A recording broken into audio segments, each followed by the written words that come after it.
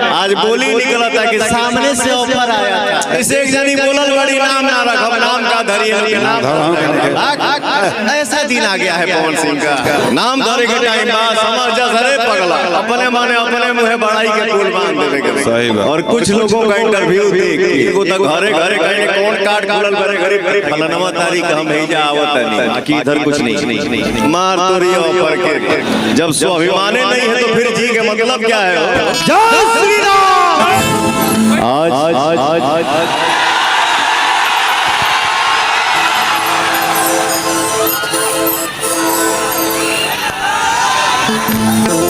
आज के जो रियल हीरो है,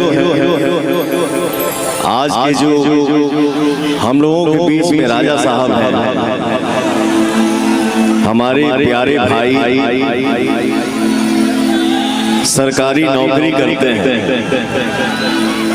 और हमारे बहुत ही परम मित्र हमारे छोटे भाई लोकेश मिश्रा जी, इनके चलते इनके वजह से आज की जो हमारे दूल्हा हैं उनसे दोस्ती हुई। तो मैं आप सबको बता दूं, हम लोग काम कर रहे हैं, बिजी हैं, सोने को नहीं मिल रहा है, खाने को नहीं मिल रहा है, ये सब आप सबका आशीर्वाद है, बाकी इधर कुछ नहीं।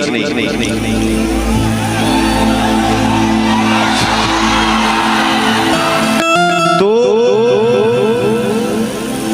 जब हम लोग बचपन में हारमोनियम लेके गाना गाते थे बैठ के, तो उस टाइम वीडियो बाई बनता था कि फलानवा तारीख हम ही जा आवत नहीं। जमाना समय बदलने के बाद ये पहला कार्यक्रम है जो बिन बताए हम यहाँ पे आए हैं। तो आप लोगों का आशीर्वाद पाने के लिए हम यहाँ खड़े हैं। और जो हमारे दूल्हा साहब हैं, क्या नाम है? हिमांशु जी, हिमांशु सिंह जी हमारे भाई हैं। तो अरे भैया ये नहीं सोचेंगे कि हम कहाँ आइल बानी, कमर्शियल शो है, कमर्शियल काम है, नहीं। हम लोग यहाँ प्रेम में खड़े हैं, आपका भाई यहाँ प्रेम में खड़ा है। और दुनिया के किसी भी कोने में चले जाइए, एक तरफ 5 लाख खड़ा हो, और हमारे जो यूपी बिहार की मिट्टी है, इसकी खुशबू है, इसकी जो ताकत है, अगर 500 खड़ा हो जाए तो भारी है।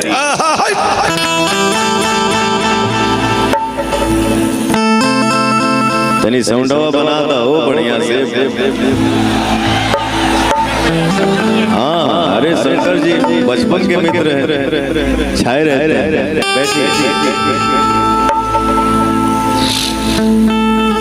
और भी बहुत सारे कलाकार हैं यहाँ पे, हमारे भाई मित्र हैं, बचपन के छोटे भाई हैं, क्यों हमसे बड़ा भी हो सकेला। सब कोई आपन आपन प्रस्तुति दी, बहुत अच्छा लगा। हमारे जितने भी भाई खड़े हैं, बैठे हैं, आप सभी को दिल से मेरा सादर प्रणाम। और मीडिया से हमारे कुछ भाई हैं, कुछ हमारे यूट्यूबर भाई हैं, आप सभी को दिल से प्रणाम। हाँ,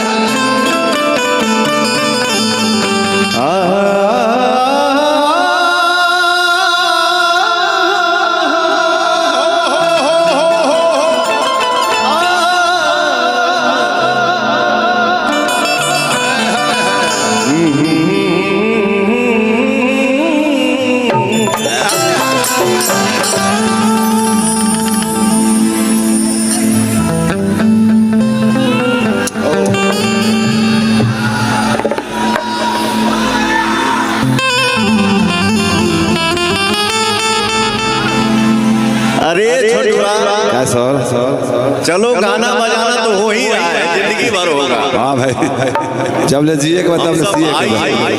बैठे हैं तेरी बातचीत हो जाए। एक घड़ी यूट्यूब के ऐसा जमाना आ गई बा। लव यू टू रे, love you 6, love you 6। YouTube का ऐसा जमाना आ गया है। कैप्शन में ऐसा ऐसा लाइन लिखता है, दिखाएं खाते में बैठले रहता है। और कुछ लोगों का इंटरव्यू देख के एगो तक घरे घरे कहीं कौन काट खुलल करे गरीब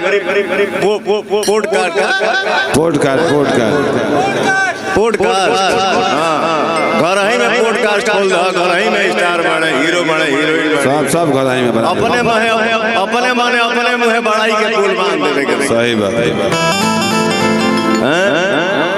फलानवा कहीं ना जाने, फलानिया कहीं ना जाली, उनका फिर आवे लगे एक्सेप्ट करे ली। सही बात। हे जब फुर्सत के कमी नहीं।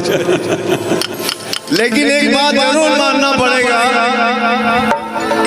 हमारे भाई इतना प्यार करते हैं, सही में बोलता हूँ कि पवनवा को बोलने की जरूरत क्या है। जैसे एक जनी बोलल बड़ी नाम ना रखब, नाम का धरिए नाम तने को नहीं कहता रखे नाम धरे के टाइम बा समझ जा सरे पगला। बात के पूछ लेवे के चीज के चिन्हे के खड़ा होके में गोड़ कांपता था। हां जी, ये भोजपुरिया हिंदी है, गोड़ कांपता था। खड़ा ना भइल जाता है सामने। आज बोली निकला था कि सामने से ऑफर आया था। धान हरे ऑफर मार तोरी ऑफर के देन के नहीं, सामने से ऑफर आया था तो हमारे भैया सब रील बना दिए हैं। ऐसा दिन आ गया है पवन सिंह का। खैर, इंसान के अंदर अभिमान नहीं, बट स्वाभिमान होना भी बहुत जरूरी होता है। सही बात है। जब स्वाभिमान नहीं है तो फिर जी के मतलब क्या है। पवन सिंह को बोल के किसी भी कलाकार को अगर सुकून मिलता है, व्यूज मिलता है यूट्यूब पे, चर्चाएं मिलती है, चर्चाएं होती है, जाओ तो बात बोल के खुश हो लो। जाओ। मैं हर बात का जवाब देना उचित नहीं समझता। जय श्री राम।